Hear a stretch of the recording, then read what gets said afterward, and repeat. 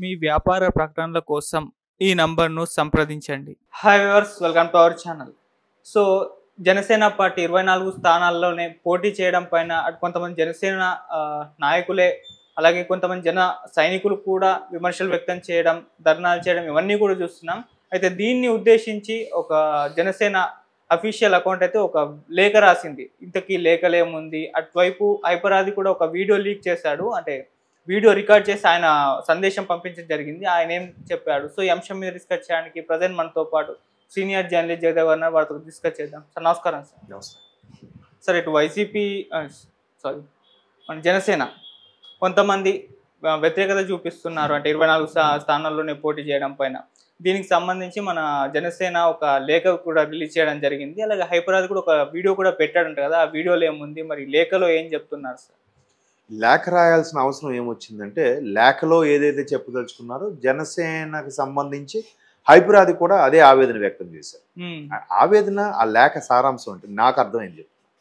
ఇప్పుడు జనసేనాని నానా ఇబ్బందులు పడి ఆయన ప్రతిసారి కూడా అదే చెప్తున్నాడు, మనకి ఓటు బ్యాంకు తక్కువ ఉంది, నన్ను నమ్మలేదు, ఇప్పుడిప్పుడు నమ్ముతున్నారు, నాకు ఒకసారి అవకాశం ఇవ్వండి. 2014 ముందు కదా పార్టీ పెట్టాడు. 14లో బాబు గారికి సపోర్ట్ చేశాడు. బాబు గారికి సపోర్ట్ చేయడం వల్ల, లేదా బాబు గారు అలాంటి సీనియర్ నాయకులు అనుభవజ్ఞులు ఉంటేనే రాష్ట్రానికి ఒక రాజధాని అవుతుందనో మొత్తాన్ని ప్రజలు గెలిపించారు, ఆయన అయ్యారు. 2019 వచ్చేసరికి ఇండివిజువల్ సరే ఒక 5 ఏళ్ళ అనుభవం వచ్చింది కదా, రాజకీయాల్లో నడిపిద్దామని చెప్పి ఇండివిజువల్గా పోటీ చేశాడు. ఏమైంది? ఒక్క సీటు గెలిపించుకున్నారా? ఇప్పుడు ఎవరైతే ఈ సోకాళ్ళు విమర్శలు చేస్తున్నారు, జెండాలు తగలబెడుతున్నారో వీళ్ళు ఏమయ్యారు? అప్పుడు ఏమయ్యారు వీళ్ళంతా? అంటే రీసెంట్గా వచ్చారు పార్టీలోకి. రీసెంట్గా పార్టీలోకి వస్తే జెండా తగలబెట్టే హక్కు లేదు. ఒకవేళ జెండా తగలబెట్టే హక్కు ఉంటే అప్పుడు ఏమయ్యారు వీళ్ళు? 2 స్థానాల్లో కూడా ఓడిపోయాడే కదా. చాలామంది విమర్శించిన రాజకీయాలు వేరు, సినిమా వేరు అని విమర్శించడానికైనా ఆయన వెనక నిలబడ్డారా? అట్లీస్ట్ యువత అయినా నిలబడ్డారా? నిలబడితే ఆయనకి అలా ఉండేది కాదుగా. దానివల్ల ఏమైంది? టీడీపీ ఓడిపోయింది, వైసీపీ వచ్చింది, విడివిడిగా పోటీ చేయడం. ఇప్పటికైనా నమ్ముతున్నారా పూర్తి స్థాయిలో? చాలామంది అదే పార్టీలో ఉంటూ లేఖలు రాస్తున్నారు. ఎలాగ లేఖలు? అధినేత మెయిన్ నాయకుడు అనేవాడు జనసేన అని పవన్ కళ్యాణ్, అరే ములాఖత్ అయిన తర్వాత నాకు ఆయనతో అభిప్రాయ భేదాలు ఉన్నాయి కానీ ప్రభుత్వ వ్యతిరేక ఓటును చీల్చను, చీల్చితే మళ్ళీ వైసీపీ వస్తుంది, ప్రాబ్లము, ప్రజల కోసం ఆలోచిస్తున్నాడని గొంతు చించుకొని తల బాదుకొని మరీ చెప్తున్నాడు ఆయన. అవేవి పట్టవా? ఇవేవి పట్టకుండా మీరు ఇంకా లెటర్లు రాస్తున్నారు, ఇలాగ ధర్నాలు చేస్తున్నారు, ఆవేశపడుతున్నారు అంటే నేను అనుకోవడం ఏంటంటే జనసేనాని జెండా కప్పుకున్న వైసీపీ కోవర్ట్లేమో వీళ్ళందరూ అని నా అభిప్రాయం. ఓకే కదా. మొన్న ఒక పెద్ద మనిషి రాశారు, అసలు పార్టీలో మా స్థానం ఏంటి, టీడీపీ గాని గవర్నమెంట్ ఫామ్ చేస్తే మాకు ఎటువంటి అధికారం ఇస్తారు, మాకు ఎన్ని సీట్లు ఇస్తారు తెలియజెప్పాలని ఒక నాయకుడు రాశాడు. ఎందుకు రాస్తావా? నీ పార్టీ నువ్వు బదనాం చేస్తున్నట్టే కదా, డౌన్ చేస్తున్నట్టే కదా. ఎట్లాగ ఇంకోడు జెండా కాలుస్తాడు, విమర్శ చేస్తాడు. మీకు అంత సత్తా ఉందా? గెలిచే సత్తా ఉందా? ఉంది. 2019లో ఏమయ్యారు మీరు? ఓటు బ్యాంకు పెరగడం బట్టే టీడీపీ అదే చెప్తుంది. అంత ఓటు బ్యాంకు ఆల్మోస్ట్ 37-38% ఉన్న ఓటు బ్యాంకు ఉన్న టీడీపీ కేవలం 5-6% ఉన్న జనసేనతో వచ్చి కలిసి మీకు సమాన హక్కులు ఇస్తామని అంటుంది. అవును, సరే మీ ఓటింగ్ బట్టి మీకు ఎంతపై ఇస్తాము, మా టీడీపీ మేనియా ఉంది, టీడీపీకి బలమైన పార్టీ క్యాడర్ ఉంది అనే దీని మీద 28-30 దాకా ఇస్తామన్నారు. మరలా జనసేనకు సంబంధించి ఎలాగైనా సెంట్రల్లో కూడా సపోర్ట్ ఉండాలని బీజేపీని కలుపుకొస్తే బీజేపీ కొన్ని సీట్లు ఇవ్వబడతాయి కాబట్టి ఇట్లా చేస్తున్నారు. అందుకు దీనికి తగ్గించి 24 ఇచ్చారు. ఆయనే చెప్తున్నాడు కదా, ప్రభుత్వ వ్యతిరేక ఓటును చేర్చకూడదు, పైగా చంద్రబాబు గారి లాంటి వ్యక్తుల్లో పనిచేయడం నాకు అవసరం, నాకు ఈ గడిచిన 10 ఏళ్ళు అనుభవం సరిపోదు అనుకుంటున్నాను అంటే మీరు అందరూ నిలబడాలి కదా. ఎక్కడ నిలబడుతున్నారు? కొంతమంది నిలబడుతున్నారు. ఈ మిగతా వాళ్ళందరూ ఈ లేఖల రూపంలో స్టేట్మెంట్ ఇచ్చేవారు. పవన్ కళ్యాణ్కి అంతమంది తిట్టినప్పుడు ఈ లేఖలు రాసినప్పుడు ఎప్పుడైనా ఖండించాడా?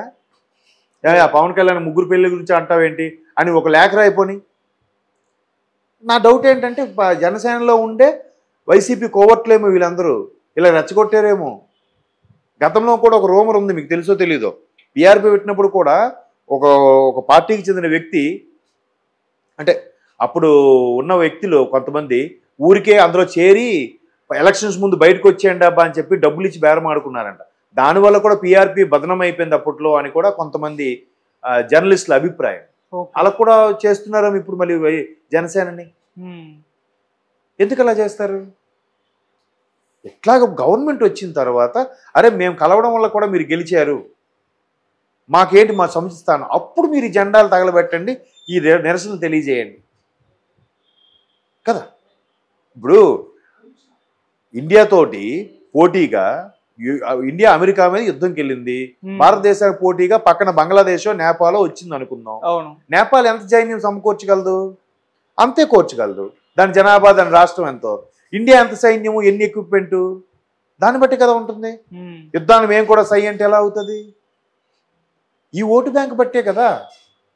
ఇప్పుడు ఆ ఓటు బ్యాంకు 6 నుంచి 10 నుంచి 12కి పెరిగే ఛాన్స్ ఉందంట. ఆల్రెడీ సర్వేలు చెప్తున్నాయి పెరిగింది కూడా.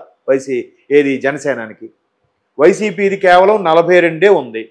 అది ఇప్పుడు 38, 37లో ఉన్న టీడీపీది ఇప్పుడు 44కు పెరిగింది.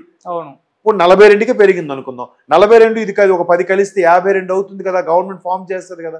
మళ్ళీ విడివిడిగా పోటీ చేస్తే వైసీపీకే ప్లస్ అయిపోతుంది కదా. అది ఎందుకు అర్థం చేసుకోరు? అంటే మీకు వైసీపీ గెలవాలని ఉంది కాబట్టి ఈ లేఖలు రాయడం, జెండాలు కల్చడం, మళ్ళీ బద్నాం చేయడం, మళ్ళీ అంటే ఎక్కడ కలిసిపోతారని ఊరికి భయం ఉండేది. రెచ్చగొట్టారు, వీడు దత్తపుత్రుడు, అలాగని రెచ్చగొడితే కలవకుండా ఉంటారని. 3 పెళ్లి చేసుకున్నాడు దత్తపుత్రుడు, చంద్రబాబు ఏది చెప్తే అదే చేస్తాడు, ప్యాకేజీ స్టారు, చంద్రబాబు రాసిచ్చిందే చదువుతాడు ఇవన్నీ. ఎప్పుడైతే కలిసిపోయారో ఇప్పుడు నువ్వు భయం పుట్టుకుందనమాట. మళ్ళీ వెలగొట్టియాలి వీళ్ళని. అందుకే లేఖలు, జెండాలు తగలబెట్టడం, నిరసనలు.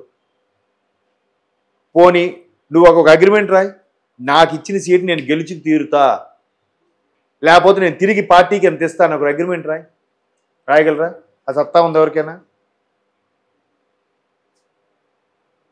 కాబట్టి అరే సమన్వయంగా కలుపుకుపోయి ఏదో ఆయన మొన్నే చెప్పాడు, నేను ఎంతమందితో చేవాడలు తిన్నా నాకే తెలియదు. అవసరం కాంగ్రెస్ వస్తుందా, బీజేపీ వస్తుందా, ఎవరితో ఒకటి. అందుకే చంద్రబాబు గారు ఎక్కువగా బీజేపీతో పొత్తు, టీడీపీతో ఎక్కువ పొత్తుగా అనిపించట్లేదు.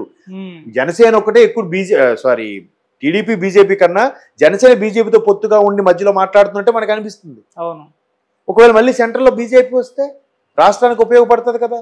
పవన్ కళ్యాణ్ గారు మధ్యలో ఉండి అన్నించి మాట్లాడడానికి ఛాన్స్ ఉంటుంది కదా. రేపొద్దున కాంగ్రెస్ వచ్చినా న్యూట్రల్గా ఉన్నారు కాబట్టి టీడీపీ మళ్ళీ కాంగ్రెస్తో కూడా మంత్రాలు చేసుకోవచ్చు కదా. అలా ఎందుకు ఆలోచించరు? అలా కానీ అప్పుడు సెంట్రల్లో అయితే మంచి అవకాశాలు వస్తాయి కదా మీకు కూడా. ఇవన్నీ కూడా నాకు అదే అనిపిస్తుంది, వీళ్ళు వాళ్ళు కోవర్ట్లేమో అందుకే ఇలా మాట్లాడుతున్నారేమో అనిపిస్తుంది. నిజంగా పార్టీ మీద అభిమానం వాళ్ళు మాట్లాడు. అందుకే ఈ ఆవేదననే హైపరాది తన సోషల్ మీడియాలో, ఇన్స్టాగ్రామ్లో కూడా పోస్ట్ చేశాడు. చాలా బాధ అనిపిస్తుంది, పవన్ కళ్యాణ్ గురించి నోటుకొచ్చినట్టు మాట్లాడుతున్నారు. అతను నిజమైన కార్యకర్త, నాకు తెలిసి నిజమైన అభిమానం కూడా. లేదంటే ఆయన నా జబర్దస్తులు నా ఈవెంట్లు నేను చేసుకుంటే, నా డీ ప్రోగ్రామ్ నేను చేసుకుంటే చాలా దానికి లక్షలు వస్తాయి. ఆయనతో పాటు డెవలప్ అయిన చాలామంది ఉన్నారు. మేము పవన్ కళ్యాణ్ అభిమానము ఇట్లా ఫింగర్ అనడం, ఆయన స్కిట్లని చేస్తారు కానీ ఆయన వెనక్కి నిలబడరు. మరి ఎందుకు నిలబడరు? ఆయన అమ్మో పక్క పార్టీ వాడు ఏమనేస్తాడో అని భయపడిన వాళ్ళు ఇలాగ ఎంతమంది ఉన్నారు? అయ్యో జనసేన జెండా పట్టుకుంటే మనకి రేపొద్దున గవర్నమెంట్ రాకపోతే మన పనులు అవ్వమేమో, ఎందుకులే కాముగా ఊరుకుందాం అన్నోళ్ళు ఎక్కువ. రోడ్డు మీదకి రండి, హైపరాదిలా కనీసం సోషల్ మీడియాలో మాట్లాడండి. ఎంతమంది ఉన్నారు జబర్దస్త్ ఆర్టిస్టులు? కొంతమంది చక్కగా సైలెంట్గా సంపాదించుకొని సినిమాలు కూడా చేసుకుంటున్నారు కదా. మరి వాళ్ళందరూ ఎందుకు రారు? మాట్లాడితే నేను చిరంజీవి అభిమానులు అండి, పవన్ కళ్యాణ్ అభిమానులు గుండెలు బాధేసుకుంటారు కదా.